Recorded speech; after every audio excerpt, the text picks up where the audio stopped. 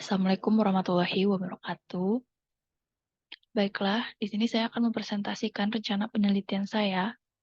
Perkenalkan, saya Ferin Aizauzelia dengan judul Proposal Tesis Pengaruh Shape Vektor Penampang Terhadap Koefisien Kekasaran dengan dosen pembimbing Profesor Indratmo dan dosen penguji yang pertama ada Bapak Agung dan yang kedua ada Bapak Joko Nugroho. Selanjutnya, ada gambaran umum dari rencana penelitian saya ini. Yang pertama ada pendahuluan, tinjauan pustaka, metodologi penelitian, progres penelitian, dan daftar pustaka. Yang pertama ini ada pendahuluan, di mana pendahuluan ini terdapat latar belakang.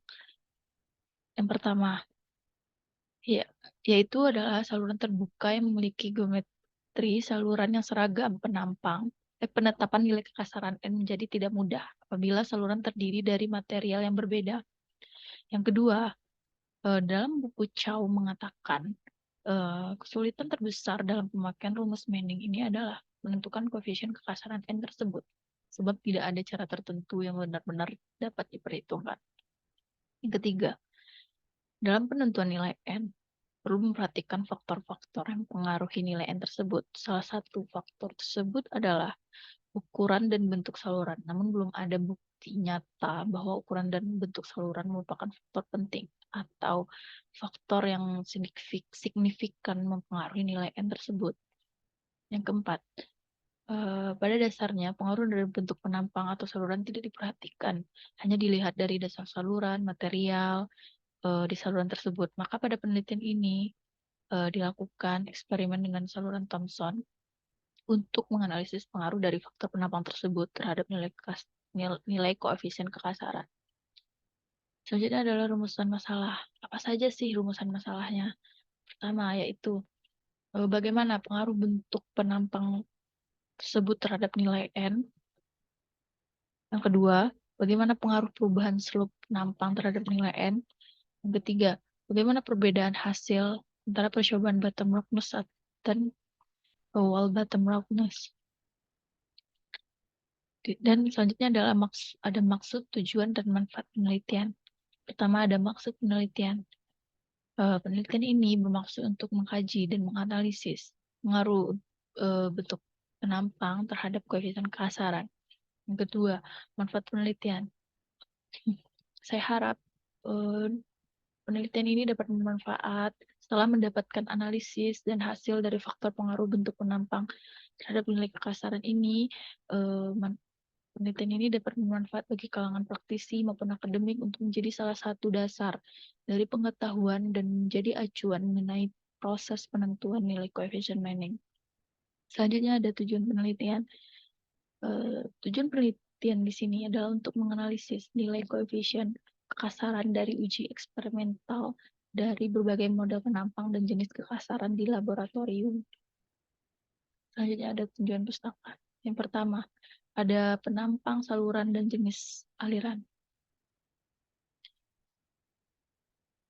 Aliran air dalam suatu saluran dapat dibedakan menjadi dua, yaitu saluran terbuka dan aliran saluran tertutup. Di mana pada penelitian ini yang dipakai adalah saluran terbuka, di mana air mengalir dengan muka air bebas. Penggolongan air saluran terbuka itu juga terbagi menjadi dua. Pertama ada steady flow dan unsteady flow. Di mana di sini yang dipakai adalah steady flow, yang mana itu terdapat uniform flow dan varied flow. Berikut adalah sketsa dari aliran saluran uniform flow dan unsteady uniform flow, yang mana pada uniform flow kedalaman itu adalah konstan. Tapi kalau di unsteady flow itu kedalaman berubah dari waktu ke waktu. Selanjutnya adalah penjelasan tentang uniform flow. Pada aliran selagam atau uniform flow itu memiliki ciri-ciri. Yang pertama adalah kedalaman, luas basah, kecepatan, serta debit pada setiap penampang pada bagian saluran yang lurus. Itu adalah konstan. Yang kedua adalah garis energi, muka air dan saluran saling sejajar dan kemiringannya sama atau sama dengan SF, SW, sama dengan S0, sama dengan S. Berikut juga adalah sketsa dari aliran seragam. Selanjutnya adalah nilai koefisien Manning. Yang mana di sini Di sini nilai kekasaran Manning itu adalah karakteristik kekasaran yang dapat digunakan menjadi indikator yang mengontrol kecepatan aliran air. Terlepas dari kekasaran saluran, jenis material yang digunakan berbeda akan menghasilkan nilai kekasaran saluran yang berbeda juga. Persamaan empiris yang paling terkenal dan sering digunakan dalam persamaan Manning adalah persamaan Manning, yaitu adalah V sama dengan 1 per N kali R 2/3 kali S pangkat setengah, di mana itu adalah N itu adalah nilai kekasaran Manning, R merupakan jari-jari hidrolik, dan S adalah kemiringan saluran. Selanjutnya adalah perhitungan debit dengan Thomson, di mana ini adalah saluran yang akan dipakai dengan hilir atau ujungnya itu adalah alat ukur Thomson ini, yang merupakan alat ukur dan berbentuk segitiga siku-siku dengan sudut puncak yang berada di bawah. Besar debit yang dialirkan oleh bangunan ukur Thomson ini dapat dihitung dengan persamaan sebagai berikut, di mana Q sama dengan 1,39 H 5/2. Berikut adalah sketsa tampak dari alat ukur Thomson.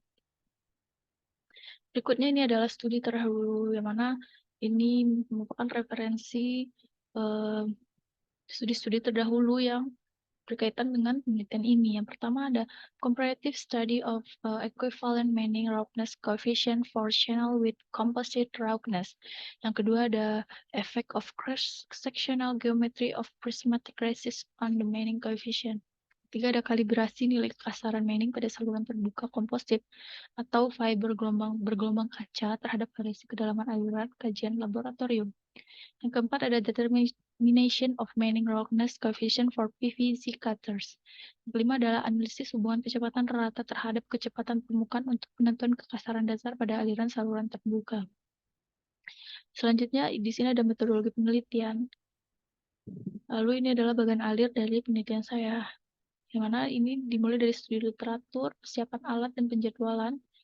Setelah dilakukan persiapan alat dan penjadwalan, maka dilakukan eksperimental dengan saluran terbuka pada penampang persegi dan juga trapesium, lalu dengan berbeda kekasaran wall roughness dan bottom roughness, lalu dilakukan pengukuran ketinggian muka air, debit, dan slope.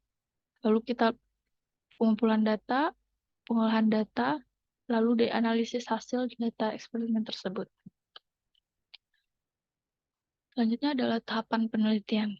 Pada penelitian ini dilakukan uji laboratorium dengan saluran Thomson, yang mana pada saluran ini akan didapat debit dan perhitungan menggunakan rumus Thomson tersebut. Berikut adalah sketsa tampak atas dari saluran Thomson.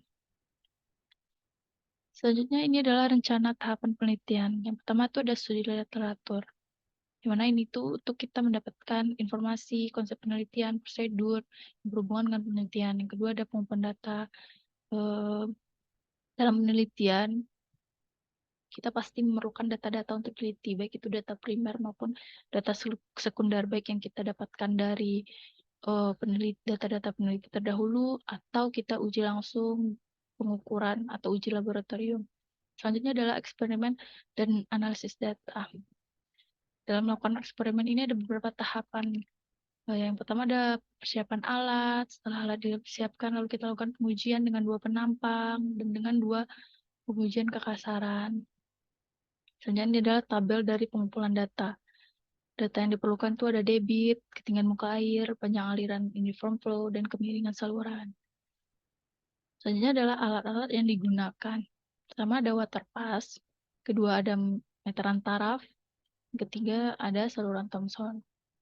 Selanjutnya meteran, penggaris siku L, water pass magnet, penggaris 1 meter, selang bening, penggaris, dan juga inventor. Selanjutnya adalah saluran Thomson. Ini merupakan saluran persegi dengan bottom roughness, di mana kekasarannya tuh hanya pada kekasaran dasar permukaan dan bagian dindingnya hanya kaca. Yang kedua ini adalah saluran persegi dengan wall bottom roughness, di mana pada tahap ini itu saluran terdapat kawat di dasar permukaan dan di dinding saluran. Berikut adalah letak saluran Thomson. Jika diperbesar, maka saluran alat ukur Thomson berbentuk seperti ini. Selanjutnya adalah saluran trapesium dengan bottom roughness sama dengan yang persegi, cuman berbeda bentuk penampang. Yang tadi persegi, yang ini trapesium. Sama juga dan hanya dengan dasar saluran kawat. Lalu saluran trapesium dengan wall bottom roughness dengan saluran dasar permukaan kawat dan juga di dindingnya juga kawat. Selanjutnya adalah membahas tentang shape factor. Apa itu shape factor? Kenapa diuji? Ini merupakan nilai koefisien. Kalau dijelaskan nilai shape factor ini, pertama, nilai koefisien N Manning dalam rumus semi-empiris aliran seragam oleh Manning merupakan gabungan beberapa variabel dan parameter. Jadi koefisien ini tidak tergantung pada kekasaran permukaan saluran saja. Dalam buku Chow juga menyatakan bahwa ada beberapa faktor yang punya pengaruh signifikan terhadap koefisien Manning baik untuk saluran buatan maupun saluran alam. Salah satunya adalah faktor ukuran dan bentuk saluran. Yang mana ini ada hubungannya dengan shape factor, namun belum ada bukti pasti bahwa ukuran dan saluran mempunyai pengaruh signifikan terhadap koefisien Manning. Maka dalam penelitian ini dilakukan pengaruh bentuk penampang atau shape factor. Dan di penelitian ini dilakukan uji laboratorium dengan 2 buah bentuk penampang, yaitu persegi dan trapesium, mana semua permukaan dasar saluran dilapisi oleh kawat dan ada 2 jenis kasaran, yaitu saluran dengan dinding kaca dan dasar permukaan dilapisi oleh kawat, dan yang kedua yaitu saluran dengan dinding dan dasar permukaan sama-sama dilapisi oleh kawat. Berikut adalah sketsa dari penampang persegi dan trapesium, yang mana di sini ini adalah bottom roughness yang hanya dasar yang dilapisi oleh kawat. Ini merupakan wall bottom roughness, dinding dan dasarnya dilapisi oleh kawat, dan ini merupakan yang trapesium. Selanjutnya adalah progres penelitian yang sudah saya lakukan. Di sini saya sudah melakukan uji laboratorium dengan penampang 45 derajat atau trapesium dengan bottom roughness dan didapatkan dengan nilai N rata-rata itu sebesar 0,01770. Selanjutnya juga ada penampang 90 derajat dengan nilai N penampang sudut itu 90 derajat atau persegi dengan nilai rata N itu 0,02169. Maka dari uji ini didapatkan bahwa penampang dengan sudut 90 derajat itu memiliki nilai N rata-rata itu lebih besar dibandingkan nilai penampang sudut dengan 45 derajat. Selanjutnya itu adalah wall and bottom roughness dengan penampang 45 atau trapesium didapatkan dengan nilai N rata-rata itu 0,01823. Selanjutnya juga ada wall and bottom roughness dengan penampang sudut 90 derajat atau persegi dan didapatkan dengan nilai rata-rata sebesar 0,02284. Dari sini juga dapat kita ambil kesimpulan bahwa nilai kekasaran, nilai N rata-rata kekasaran lebih besar pada saat penampang itu dilapisi dinding dan dasar saluran itu dilapisi oleh kawat dibandingkan dengan penampang yang hanya kekasaran kawatnya hanya di dasar saluran. Selanjutnya ini adalah rencana jadwal penelitian saya. Lalu daftar pusaka. Terima kasih. Terima kasih kepada Bapak penguji, Bapak Agung, dan juga Pak Joko. Dan selanjutnya juga terima kasih banyak kepada dosen pembimbing saya, Bapak Indratno. Sekian dari saya, jika ada salah kata mohon dimaafkan. Assalamualaikum warahmatullahi wabarakatuh.